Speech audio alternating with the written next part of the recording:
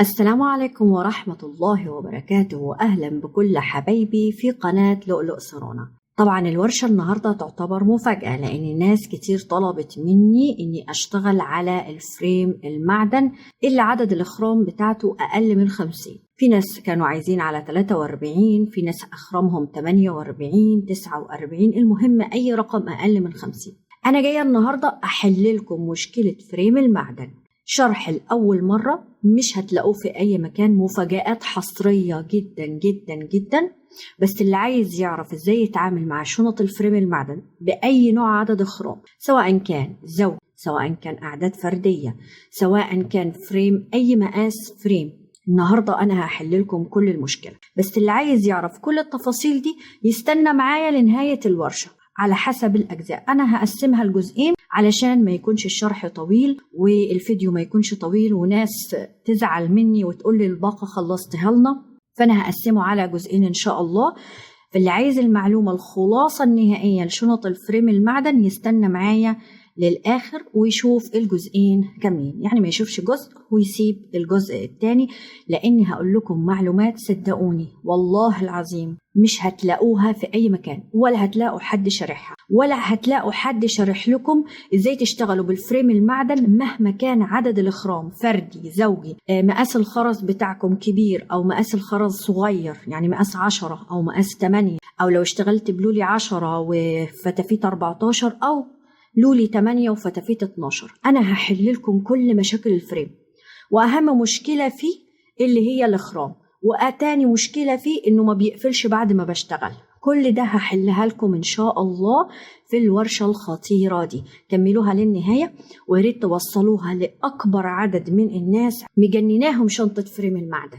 أنا شرحتها قبل كده بس المرة دي بقى شرح بالتفصيل. طبعا أنا دلوقتي على الفريم اللي أنا هشتغل عليه ده هشرح لكم بشكل هقول لكم بس أنا هعمل إيه في الفريم دلوقتي، بس ليه عملت كده هو ده اللي هتستنوه لنهاية الورشة عشان هشرح لكم بالتفصيل وبالورقة والقلم واحدة واحدة إزاي تتعاملي مع أي نوع فريم بأي مقاس بأي عدد بأي مقاس للخرز. فيلا بينا علشان نروح على الشرح. بس قبل ما نبدأ الشرح نصلي الأول على النبي محمد صلى الله عليه وسلم، وندعم الفيديو بإننا نشوفه للنهاية، مش نشوف حتة صغيرة ونقفله وبعد كده نقول هنحمله ونشوفه، لا معلش شوفوه على اليوتيوب علشان معدل ظهور الفيديو يعلى ويوصل لناس تانية حابة تتعلم، ممكن تنفعوهم وممكن المعلومة دي تنقذ حياتهم في حاجات كتيرة جدا. وتعملوا لي لايك وتعملوا لي تعليق لو في أي حاجة انتوا مش فاهمينها،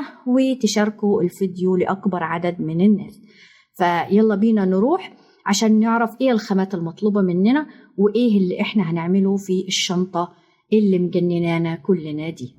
هنعرف ايه الخامات المستخدمة معانا. طبعا انا هنا مستخدمة نوع خرز اللي هو الفتافيت ده اللي هو المصري، فتافيت السكر المصري، مش التوتة المدورة. ده بحبه بصراحة عن التوتة المدورة، اولا لان الخرم بتاعه واسع، بصوا قد ايه واسع اهو، تمام، وبقدر اشتغل بيه بخيط 70 وبقدر اتوه فيه برضو، فبيعجبني ده اكتر بصراحة. بس في ناس بتحب المدور، انا بحب الاتنين بس كشغل بحب ده اكتر. ده مقاس 14، يبقى اللي هو فتافيت السكر المصري مقاس 14. حابة تشتغلي بالتوتة ما فيش اي مشكلة، بس لو هتشتغلي بالتوتة هتجيبي الخيط هتستخدميه مقاس 60، ما ينفعش معاه خالص مقاس 70. انا هنا هشتغل بخيط صنارة مقاس 70 لان ده مقاس 14 خرمه كبير، وهشتغل كمان باللولي اهو، كمان برضه فتحته برضه واسعة اهي، مش باينة، ثواني بس عشان الدنيا سودة خالص. ايوه اهي بصوا فتحته كبيرة ازاي، شايفينها؟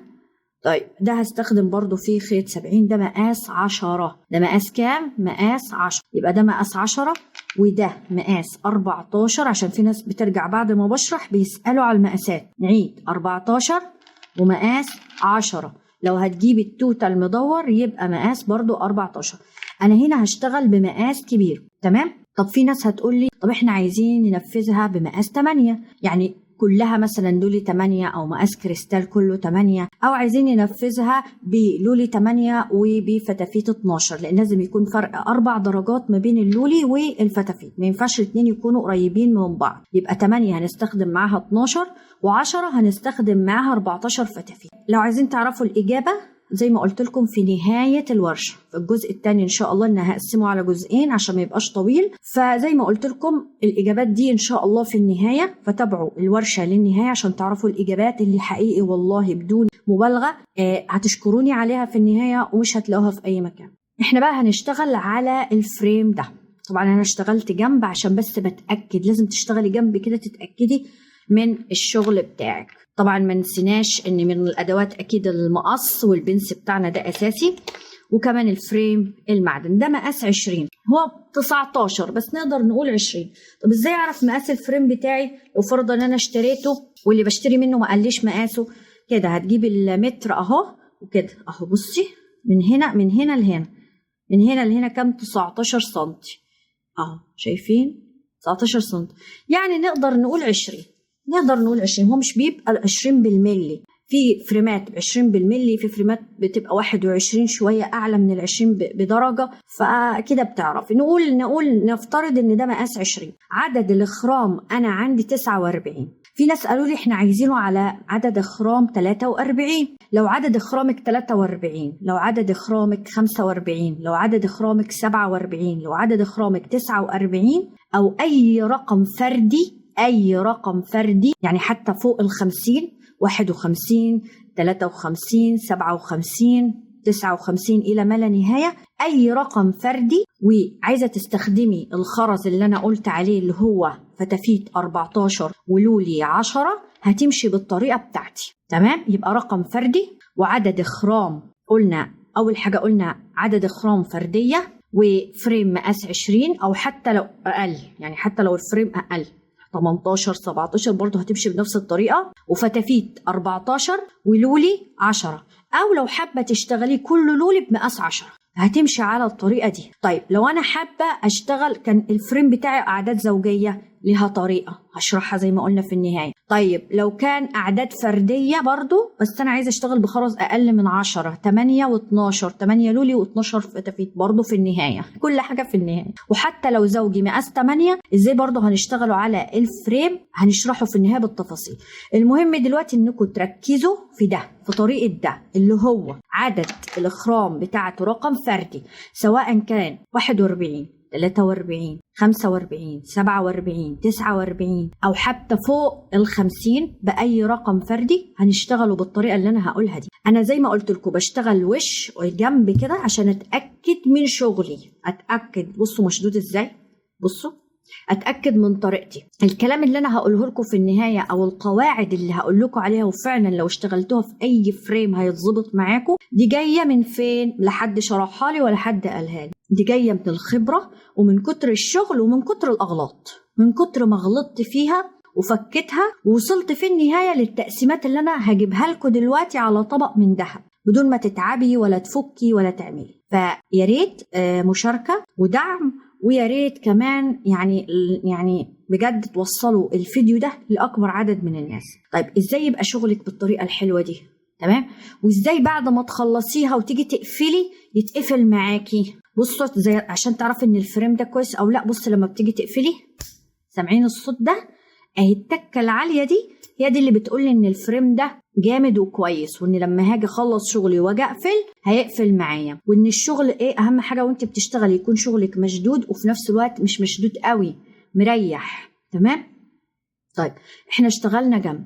المره دي انا هشتغل شنطه الفريم بطريقه مختلفه عن الطريقه الاولانيه. الطريقه الاولانيه ان احنا طلعنا هنا وهنا وربطناهم ببعض وطلعنا مره واحده. الطريقه اللي انا هشتغل بيها النهارده هشتغل بطريقة مختلفة. ليه بقى؟ عشان يبقى عندك أكتر من طريقة لشنطة الفريم، وانت في النهاية تختار الطريقة اللي تناسبك أو اللي تريحك أو الطريقة الأسهل بالنسبة ليكي. طيب نيجي في البداية، هنجيب طبعا هنقص خيط 70، هقص وارجع لكم. أهو قصيت خيط 70. تمام؟ أنا سايبة هنا خيوط علشان هكمل بعد كده السطور. تمام؟ بعدين خلينا نجيبها كده بس عشان ما تلبخناش. قصينا خيط 70، انا بقص خيط طويل شويه متر. لو انت هتشتغلي بالتوتال مدور هيبقى هتستخدمي خيط 60.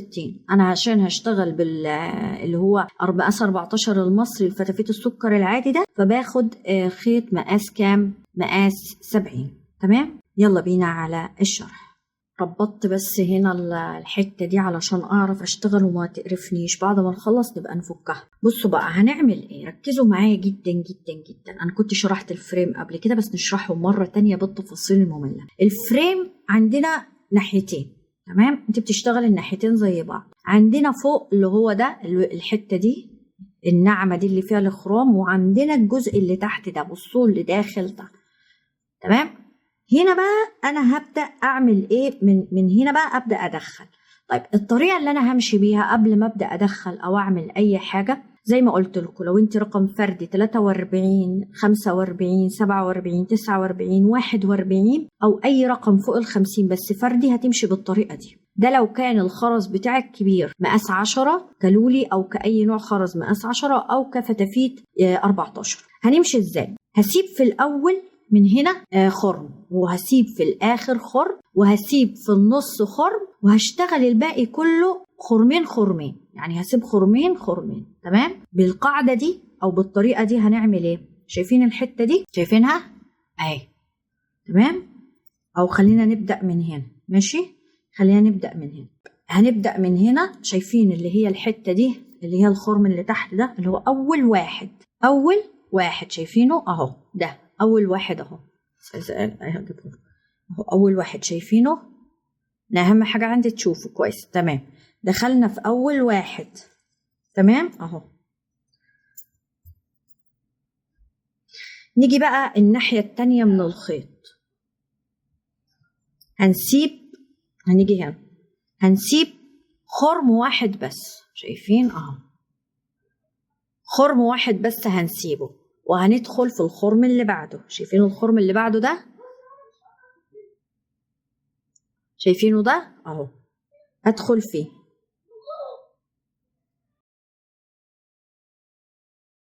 تمام؟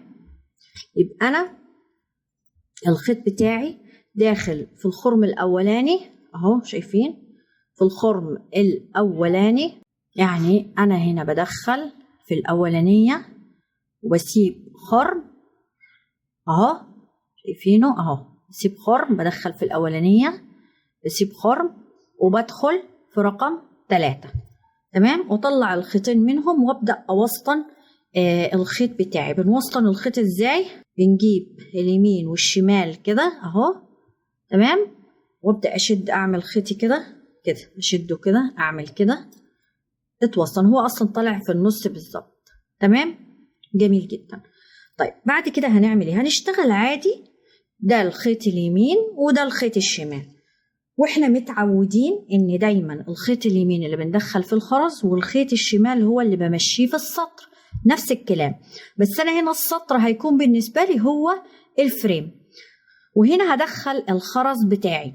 هعتبر ان الفريم هو خرزه عشان انا بشتغل رباعي، فانا بدخل هنا في خرزه، يبقى انا فاضل لي كام علشان اجيب 4 خرزات؟ فاضل لي 3. يبقى انا هنا بشتغل الفريم على 3، مش على في بيشتغلوا على 4. لا، الطريقه اللي احنا بنشتغل بيها حاليا او المنتشره او الاحسن هي طريقه ال3، اني بعتبر الفريم نفسه خرزه، او هو الخرز كأن في خرز من تحت، الفريم ده بمقام خرزه. فهقوم ادخل هنا ايه؟ 3 خرزات. ال3 خرزات دي تقسيمتهم او توزيعتهم هي ازاي؟ هنقول واحده فتافيت، تمام؟ واحده لولي، ده في البدايه لان احنا هنا في خرزه كأن الفريم خرزه، يبقى فاضل لي 3 خرزات، واحده ايه؟ فتافيت. يبقى اهو كده اهو 3، شايفينهم؟ همشي معاكم في البدايه بالراحه خالص عشان تستوعبوا الدنيا اهم. فتافيت لولي فتافيت، تمام؟ تمام. واجي بقى في اللي هي الفتافيت اخر واحده ادخل الحلقه بتاعتي عادي جدا واشتغلها زي ما بشتغل الغرز الرباعيه العاديه، تمام؟ وبعدين اقوم اجيب الخيط الناحيه التانيه ده واجي ادخله فين؟ في الحلقه، تمام؟ تمام. يبقى دخلنا فين؟ في الحلقه. طيب قبل ما ادخل هشد الاول الحلقه دي، شايفينها اهو، هوريها لكم تاني اهو، عشان الحلقه دي لو دخلت جوه الخرم ده هيتقطع الخيط منك، فتقومي تعملي ايه؟ شايفين الحلقه دي؟ تشديها الاول وتطلعيها لفوق خالص كده، تخليها طالعه من فوق اهو، من فوق مين؟ الفتافيت نفسها، عشان وانتي الخيط ده اللي تحت، الخيط اللي تحت هترجعي فيه مرة تانية في نفس الخرم رقم 3 اللي انتي طلعتي منه. شايفين الخرم ده اللي هو رقم 3 اهو، اهو شايفينه اهو، 1 2 3، هو نفس الخرم اللي انا طلعت منه. ارجع تاني بنفس الخيط اللي تحت اللي هو الشمال ده، ارجع ايه ادخل فيه تاني اهو، شايفين اهو. طب انا ليه شديت العقده وطلعتها هنا فوق؟ ليه؟ لان العقده دي لو انا بشد كده وراحت دخلت جوه الخرم ده، شايفينه جوه الخرم ده دخلت، هيتقطع الخيط حتى لو خيط 70، لان الفريم بيبقى حامي حاد شويه. فهقوم بقى دلوقتي بقى اشد واظبط دنيتي بقى اهو، اشد من تحت اهو عادي، واحاول ان انا العقده اللي فوق دي ادخلها تاني في الايه، في الفتافيت اهو. بصوا اهو هيدخل بمنتهى البساطه، واقوم اشد العقده بتاعتي جوه مين؟ جوه الفتافيت، دخلت على طول اصلا لان هو واسع، وفي نفس الوقت ما تقطعش معايا الخيط. وتشدي جامد قوي اول ما تتاكدي ان العقده دخلت هنا، تشدي جامد قوي عشان ايه؟ تثبتي الشغل بتاعك. قلنا ان الخيط اللي تحت ده او الخيط اللي هو في الشمال هو اللي همشي بيه فين؟ هو اللي همشي بيه في الفريم. طب احنا قلنا في الاول هنسيب خرم واحد، وبعد كده هنسيب خرمين لحد ما نوصل لهنا الحته اللي هي النص دي، تمام، عند اللي هي الحته اللي بنقفل بيها. وبعدين انا هنا عملتها بعد 7 غرز، يعني واحد فلازم تمشي هنا زي هنا. عملتها بعد 7، 1 2 3 4 5 6 7، جيت عند رقم 8 عملتها. فهنا همشي نفسي هنا بالظبط، بحيث ان يبقى في توازن. الحته اللي انا عملت فيها توسيع هنا هي نفس الحته اللي عملت فيها توسيع. بعد كده طلع الخيط من فين؟ من هنا. طيب هنمشي، قلنا بعد كده هنفضل ماشيين خرمين لحد ما نوصل للنص. النص عندي كان بعد 7 غرز، انت ممكن يكون بعد اكتر او بعد اقل على حسب فريمك. انا قلت الفريم بتاعي ده كام خرم؟ 49، تمام. حتى لو خرمك 43 هتمشي، 41 هتمشي، هتعمل نفس الخطوات، المهم عدد فردي ويكون خرزك مقاس كبير. هنيجي هنا، شايفين احنا طلعنا من دي، هنسيب 2 1 2 1 2 وندخل في كام؟ في رقم 3 اهي. يبقى انا الخرم اللي طلعت منه سبت بعديه 1 2 ودخلت في رقم كام؟ 3 فين؟ اهي شايفينها اهو. مرة تانية 1 2 3 اهي شايفينها اهو. هقوم ادخل اسيب 1 2 وادخل هنا في رقم 3.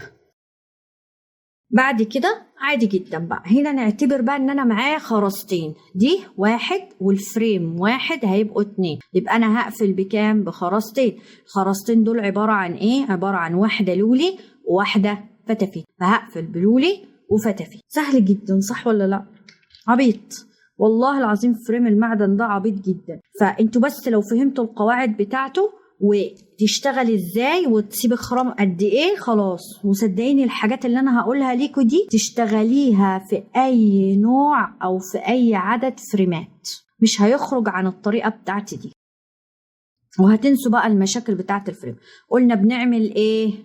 العقدة دي شايفينها اهي، هقوم اشدها كده واطلعها ايه لفوق كده، تمام، عشان ما تدخليش جوه مين؟ جوه الفريم، تمام. وقبل ما ادخل اقوم اجيب الخيط بتاعي اهو، وارجع مره تاني في نفس الفتحه اللي طلعت منها. فين الفتحه اللي طلعت منها؟ خلينا نشوف كده اهي، شايفينها اهي، الفتحه اللي انا طلعت منها اهي اللي هي رقم 3 دي، شايفينها اهي، نفس الفتحه اللي انا طلعت منها. واجي ادخل كده ارجع الخيط اللي تحت فيها مره تانية. دخلوا بالراحة واشتغلوا بالراحة عشان الفريم ممكن يقطع لكم الخيط. اقوم بقى اشد بقى من تحت بقى، ادخل العقدة جوه الفتافيت واشد، اتأكد ان هي دخلت هنا، تمام. اقوم اشد الشغل بتاعي بس كده، ومفيش اي صعوبة في الموضوع، تمام. اتمنى ان التصوير يكون واضح والشرح واضح. طيب طلعنا من هنا، احنا قلنا هنا سيبنا خرم، بعدين طلعنا من هنا، بعدين سيبنا هنا اهو خرمين وطلعنا، دخلنا هنا وطلعنا برضو من هنا. هنبدأ برضو نسيب 1 2 اهو، 1 2 وندخل في رقم 3. يبقى هنسيب ايه؟ 1 2 وندخل في 3 اهو. هنجيب الخيط اهو اللي احنا نزلنا منه اهو، هسيب 1 2 وهدخل اهي، شايفينها في 3. خلاص تشتغلي كده الدنيا ان شاء الله هتبقى معاكي زي الفل. نيجي بقى تاني هنا نشتغل نفس الطريقة، واحدة لولي اهي وواحدة فتافيت بس. خلاص واقفل برضو، ادخل العقدة تاني في الفتافيت اهي. تمام جميل جدا. ادخل بس احاول اشد قبل ما اشد من هنا، ادخل بس العقدة اطلعها فوق كده هنا، عشان لما اجي بقى ادخل ارجع مرة تانية ما تنزلش جوه الفتحة اهو. فين الفتحة اللي انا طلعت منها؟ بس عشان انا عايزة ابين لكم الدنيا اهو. اهم حاجة عندي ان انتوا تشوفوا كويس جدا. شايفين دي اللي انا طلعت ايه منها؟ باينة اهي. انا سبت هنا خرمين اهو وطلعت في دي، هرجع ادخل فيها مرة تانية. شايفين واضح اهي؟ فارجع ادخل فيها ايه مرة تانية بالخيط اللي تحت، واشرح بالتفصيل عشان لو في ناس اول مرة تشتغل شنطة فريم فالدنيا تبقى ايه واضحة. تمام. بعد كده العقدة اللي هي دي اللي انا طلعتها فوق، شايفينها؟ هقوم اشدها جوه الفتافيت واشد بقى الشغل بتاعي. شدتها بقى واشد الشغل بتاعي. تمام حلو. طيب يجي اللي بعده، ماشيه اهو معاكم واحده واحده، مش هنستعجل، هنمشي واحده واحده. تمام. طلعت من فين؟ من هنا. هسيب برضو 1 2، هسيب ايه؟ انا طالعه من هنا اهو، هسيب 1 اهو، 1 اهو. شوفوا بصوا تبقى واضحه. انا طالعه من هنا، هسيب 1 2 وادخل في التالتة. وادخل فين؟ في التالتة. التالتة اللي هي فين؟ اللي هي دي. تمام تمام.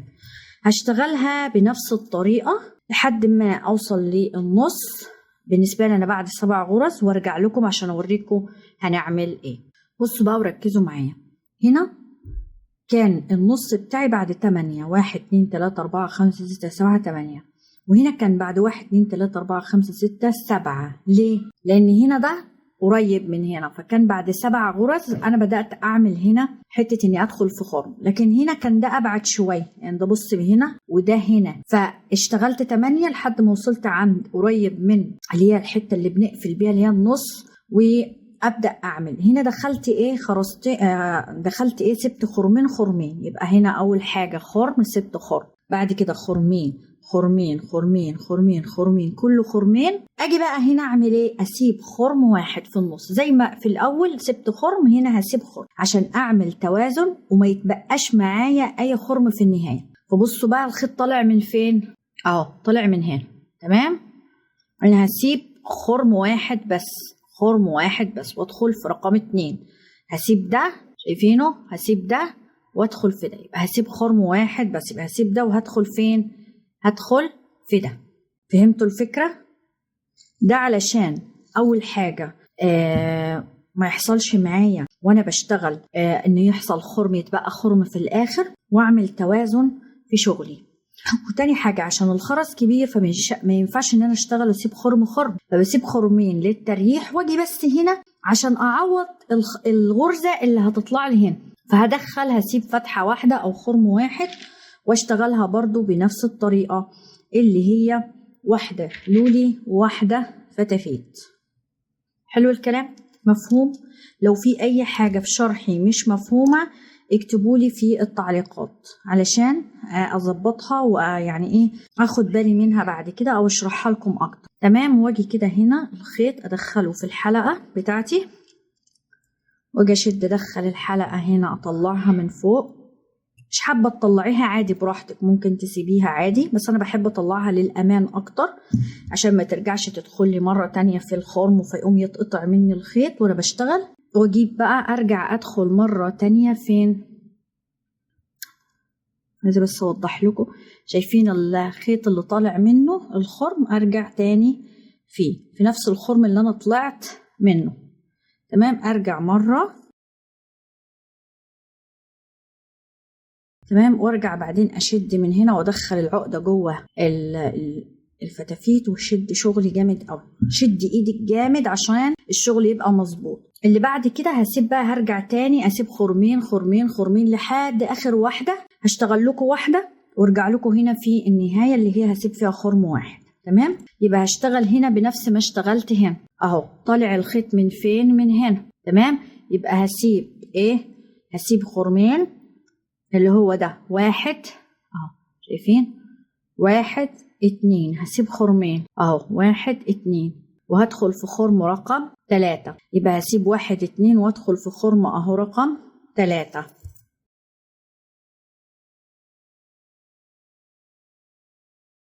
تمام. اشتغل اطلع العقدة لفوق كده. تمام، عشان اضمن انها ما تدخلش. واجي بقى اجيب الخيط اهو، ارجعه تاني فين؟ في نفس الخرم اللي انا طلعت منه اهو. عايزه بس ابين لكم اهو الخرم اللي انا طلعت منه اهو اهو، شايفينه؟ ارجع تاني فيه وارجع اشد العقده، ادخلها في الفتافيت واشد شغلي جامد. تمام. هشتغل بقيه الفريم بنفس الطريقه. اسيب خرمين وادخل في الثالث، خرمين وادخل في الثالث لحد اخر 3 خرام، وهرجع لكم عشان اوريكم هنعمل ايه. بصوا بقى، خلصنا. ركزوا معايا هنا، انا قربت لكم الكاميرا علشان تبقى كل حاجه واضحه معاكم، تكونوا شايفين الخرام بشكل اكبر يعني. هنا يعتبر خلصنا الجزء الصعب. بصوا مشدوده ازاي، ما فيهاش اي كشكشه، ما فيهاش اي شده، ما فيهاش اي تعرجات خالص. حتى لما طلعت السطر الثاني اهو ما فيهاش اي مشاكل خالص. تمام. طيب هنا بقى بص مظبوطه ازاي. اشتغلت هنا من بعد ما عملت هنا سبت خرم، اشتغلت هنا سبت خرمين خرمين خرمين خرمين خرمين. جيت هنا بصوا اتبقى معايا خرمين، هنسيب خرم وندخل في خرم. يبقى مظبوط كده شغلنا، وكده ما تبقاش معايا اي خرم في النهايه. يبقى هندخل في اخر فين اهو، اخر خرم. دخلنا في اخر خرم خلاص اهو. لما بقى هنا خلاص احنا كده جينا في اخر غرزة. اخر غرزة هنشتغلها. دايما احنا كنا لما بنيجي عند اخر غرزة بنعمل ايه؟ بنلف الشغل بتاعنا. تمام. مش حابة تلفي شغلك وحابة تشتغلي وانت كده، يبقى تشتغلي بالخيط ده. بس انا بفضل تلفي شغلك عشان ما تلخبطيش. هتشتغلي بالخيط الشمال. الخيط اللي كان شمال وكنا بنمشيه هو اللي هشتغل بيه، والخيط اليمين هو اللي هيمشي في السطر. يبقى الافضل لفي شغلك عشان ما تلخبطيش زي الشغل العادي بتاعنا. لما بنيجي عند اخر غرزه بنلف شغلنا ونشتغل بقى بالخيط ده. دايما لما نشتغل بالخيط ده قلنا بنعكس تدخيل الغرز. كنا الاول بندخل لولي فتافيت، يبقى احنا هنا هندخل ايه؟ فتافيت لولي. يبقى هندخل ايه؟ فتافيت ولولي. تمام اهو، فتافيت ولولي. نعكس دخول الخرز بتاعنا كده ونقفل في اللولي كده. بعد كده الشغل سهل جدا، كأنك بتشتغلي غرز رباعية عادية، مفيش أي مشاكل. هي كل المشكلة فين؟ في الفريم المعدن نفسه. لو ظبطتيه وطلع أول سطر مظبوط، طلع أول سطر مظبوط وتاني سطر مظبوط معاكي، أو أول سطر أهم حاجة، خلاص يبقى انتي هتبني عليه بقية السطور. كده خلاص طلعنا السطر اللي بعد. تمام. تشدي بس شغلك كويس جدا. هنشتغل هنا عادي جدا. هنا الخيط طالع من خرزة واحدة، يبقى معناته انا هدخل كام؟ احنا في بداية سطر، يبقى انا هدخل كام؟ هدخل 3. التوزيعة بتاعتنا ايه؟ فتافيت لولي فتافيت. هنا هنشتغل عادي جدا بدون يعني اي حاجه. خلاص هي كل القصه والتركايه كانت في الفريم. يبقى في الفريم سيبنا هنا خرم واشتغلنا، سيبنا خرمين خرمين لحد ما جينا عند النص. هنا سيبنا خرم، بعدين اشتغلنا سيبنا خرمين خرمين لحد اخر غرزه سيبنا خرم واحد. تمام. بالتوزيعه دي هيطلع الشغل معاكي ايه؟ مظبوط. بس كده. وبعد كده تشتغلي بقى، تطلعي السطر اللي بعده، تلفي شغلك وتبداي تشتغل السطر اللي بعده عادي جدا، مفيش اي يعني حاجه جديده. دخلي اهو العقده جوه الفتافيت اهو. ثواني، بعدت بس الكاميرا شويه عشان ايه نعرف نشتغل وتشوفوا الشغل كويس اهو. دخلنا العقدة جوه الفتافيت وهنشد الشغل بتاعنا.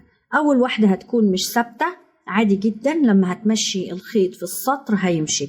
الخيط اللي تحت هو اللي دايما بنمشيه في السطر بتاعنا، زي ما بنشتغل عادي أي شنطة أو أي حاجة خرز، فبنشتغل الخيط دايما اللي تحت هو اللي بنمشيه في السطر بتاعنا. همشيه هنا في اللولي اهو، وابدأ بقى اشتغل اللي بعدها. هتبدأ تمسك دي، هنبدأ نشتغل ايه؟ قلنا لولي، واحدة لولي وواحدة فتافيت. ليه؟ لان الخيط ماشي ما بين كام؟ ما بين خرزتين، اللي هي دي خرزة وخرزة اهو، شايفين؟ خرزة وخرزة، يبقى فاضل لي خرزتين، لولي واحدة فتافيت. تمام تمام. لما هنشتغل دي هتمسك الايه؟ الغرزة اللي هي في الاول. اشتغل عادي جدا بقى. خلاص احنا خلصنا اصعب جزئية، جزئية الفريم، ظبطتوها خلاص، مفيش اي صعوبات بعد كده. اهم حاجة تشدي بس شغلك كويس جدا، تدخلي العقدة جوه الخرزة، لان لو طلعت العقدة بره الخرزة هيبقى الشغل بتاعك ملخلخ وفي نفس الوقت مشوه. تمام، حلوة قوي. بصوا مسكت نفسها. نبدأ برضو الخيط اللي تحت نمشيه في السطر ونشتغل غرزة رباعية عادية. شغل سهل بعد كده يا جماعة، مفيهوش اي حاجة، مفيهوش اي ابتكار اصلا يعني. تمام. هندخل برضو هنا خرزة لولي وفتافيت. يبقى اهم حاجة ان انتوا تكونوا فهمتوا فكرة الفريم بس.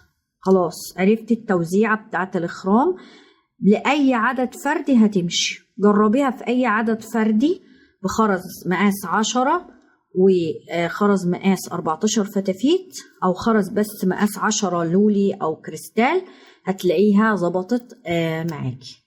تمام، وهتدعولي في النهاية إن شاء الله يعني. تمام، خلاص بس كده عادي كده بقى. نمشي في السطر ونشتغل رباعي رباعي لحد ما نوصل لحد آخر خرزة. هنا هنلف الشغل بتاعنا، لما نوصل عند آخر خرزة هنلف الشغل بتاعنا ونبدأ نشتغل من الخيط اللي هو كان شمال. هنبدأ نشتغل من الخيط ده هنطلع بقى عدد السطور اللي احنا عايزينه من الناحية دي ومن الناحية دي. تمام، انا هطلع. شوف انت عايزه تطلعي كام، عايزه تطلعي 9 11 8 7 اللي رايحك، بس اطلعوا ارقام فرديه افضل حاجه. تمام. فانا هشتغل ده لوحده هطلع ده لوحده. تمام، هشوف بقى هطلع كام، يا 9 يا 11، هنشوف في النهاية. هشتغلهم وارجع لكم علشان نشوف الشكل النهائي للشنطة بعد ما هنطلع عدد السطور اللي احنا عايزينه. هشتغل ده لوحده وهشتغل ده لوحده، هطلع عدد السطور اللي انا عايزاها، وبعد كده هوريكم ازاي هنقفل الحتت دي وازاي نحدد عدد الغرز اللي نقفل بيها. لان بعض الاحيان في ناس بيقفلوا بغرزة، في ناس بيقفلوا بغرزتين، في ناس بيقفلوا ب3. المرة اللي فاتت قفلت ب3، المرة دي مختلفة لأن الفريم مختلف، وأنا هفهمكم إمتى تقفلوا بغرزة أو بغرزتين أو ب3. استنوني عقبال ما أطلع عدد السطور اللي أنا عايزاها وارجع ليكم مرة تانية. رجعت ليكم بعد ما طلعت الصفوف اللي أنا عايزاها. طلعت 9 بالظبط. هو 1 2 3 4 5 6 7 8 9، لان انا مش عايزاها كبيره، عايزاها شنطه صغننه كده ومحندقه وجميله. تمام، يبقى طلعت 9. انت حابه تطلعي 11 12 اللي يريحك. تمام. جيت هنا الجنب قفلته زي ما انتوا شايفين اهو، قفلته لحد هنا، سبت 3 1 2 3 غرز وقفلت لهنا. بدأت من هنا ومشيت كده قفلت بغرزه واحده. انت ممكن تقفلي بغرزتين، ممكن تقفلي ب3. المره اللي فاتت احنا قفلنا ب3. ليه؟ لان كان الموديل عايز كده، اللي هو الموديل المنفوخ. فلا، الموديل ده بقى الموديل ستريت المستقيم اللي نازل كده مستقيم، يبقى موديل سيمبل وبسيط وجميل ولذيذ وحلو قوي وشيك. فعشان كده قفلت بواحده، لان اصلا المسافه بصوا هنا ما بين ده يعني ما تستحملش 2. انت حابه تقفلي هنا ب2 وتكبري الجنب بتاعك براحتك، مفيش اي مشكله.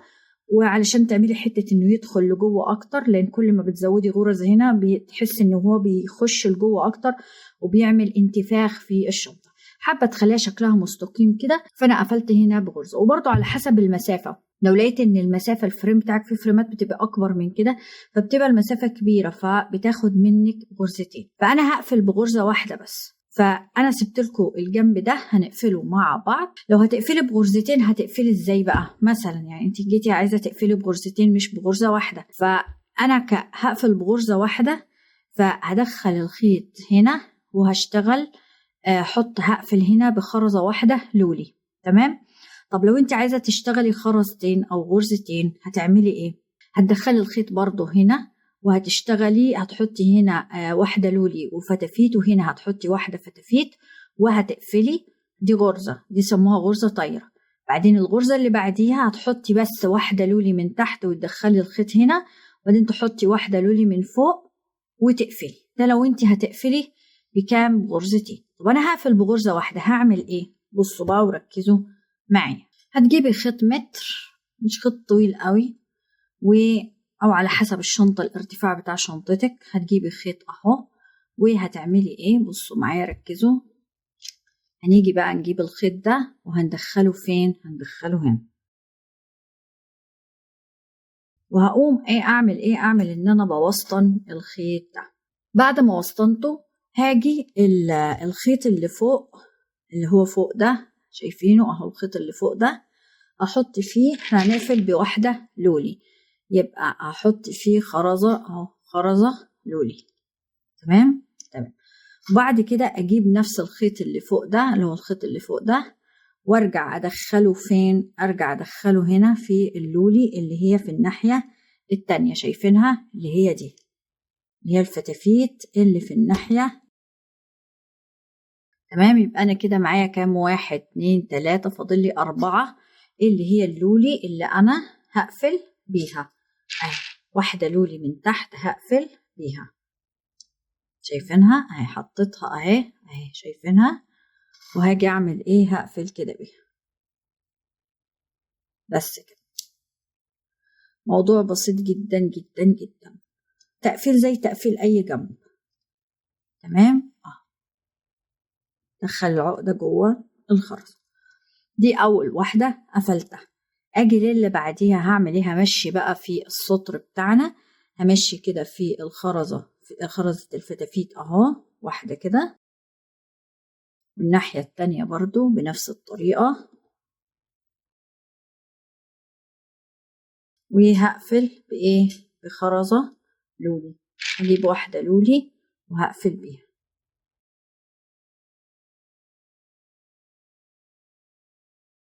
تمام. تشدي طبعا الشغل بتاعك كويس عشان الدنيا تبقى مظبوطة معاكي. نرجع برضو نمشي بنفس الطريقة في اللي هي من هنا الفتافيت،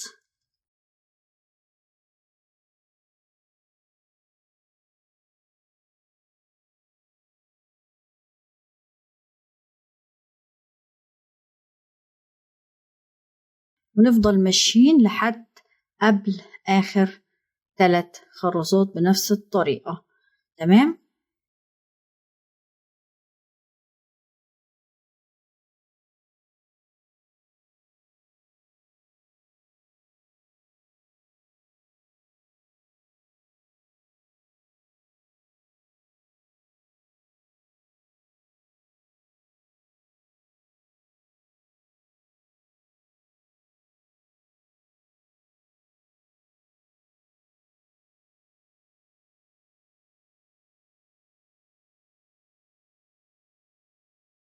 كده خلاص احنا قفلنا، يعني وصلنا هنا، دي آخر غرزة دي معانا، وهنسيب آخر 3 1 2 3 علشان تريح معايا لما أجي أقفل الفريم بتاعنا. تمام. هنتوه طبعا الخيط، وبعد كده هنشتغل القاعدة، بس مش هنشتغلها في الجزء ده، كده كفاية علينا الجزء الأول. هقسم الفيديو لجزئين عشان ما يبقاش طويل والناس باقتها ما تخلصش، وعشان في معلومات مهمة جدا في آخر الورشة، يا ريت تستنوا للجزء الثاني، تتابعوا جزء أول وجزء تاني، علشان هشرح لكم إزاي تشتغلي على أي نوع إخرام، على أي مقاس خرز. يعني تقدري تشتغلي على مقاس خرز كبير، مقاس خرز صغير، مقاس خرز 10 12 14 8 6. هعلمكم كل ده إزاي تقدروا تشتغلوه مع أي نوع فريم ومع أي عدد خرام، والفريم يطلع معاكم مظبوط ويقفل. الأسرار دي صدقوني مش هتلاقوها في أي مكان، ولا هتلاقوا أي حد بيشرحها لكم، ولا هتلاقوا أي حد مجمعها لكم التجميع اللي أنا مجمعها. عشان كده اللي عايز يعرف كل الأسرار دي يستنى للجزء الثاني اللي هنخلص فيه قاعدة الشنطة، وكمان هنعمل الإيد بتاعة الشنطة. أما بالنسبة للبطانة فأنا شرحت البطانة قبل كده في شنطة الفريم المعدن اللي هي البيضة اللي كانت بفتفيت السكر المدور واللولي الأبيض اللي هو الأوف وايت يعني، فشرحتها بمنتهى التفاصيل. انتوا بقى عايزين تبطنوها مش عايزين تبطنوها براحتكم. المهم ان انا شرحت لكم ازاي تشتغلوا على فريم لو كان عدد الاخرام بتاعه فردي، سواء كان من 43 45 47 49 51 53 اي نوع اي فريم فردي. فالشنطه دي تنفع على حتى شنطه الفريمات ال 43 هتشتغليها بنفس الطريقه، لان في ناس كتير سالوني على فريم ال 43. انا الشنطه دي الفريم بتاعي زي ما قلنا 49 خرم. كفايه علينا كده، وان شاء الله نكمل في الجزء الثاني. هنخلص القاعده والايد وهنشرح في النهايه ازاي تشتغلي على الخرام. وأسيبكم في أمان الله وأتمنى لكم التوفيق، وما تنسوش اللايك والدعم والتعليق عشان القناة تكبر بيكم وعلشان أقدر أستمر. ياريت تدعموني، حبيتوا محتوايا حبيتوا شرحي فياريت تدعموني، وأسيبكم في أمان الله.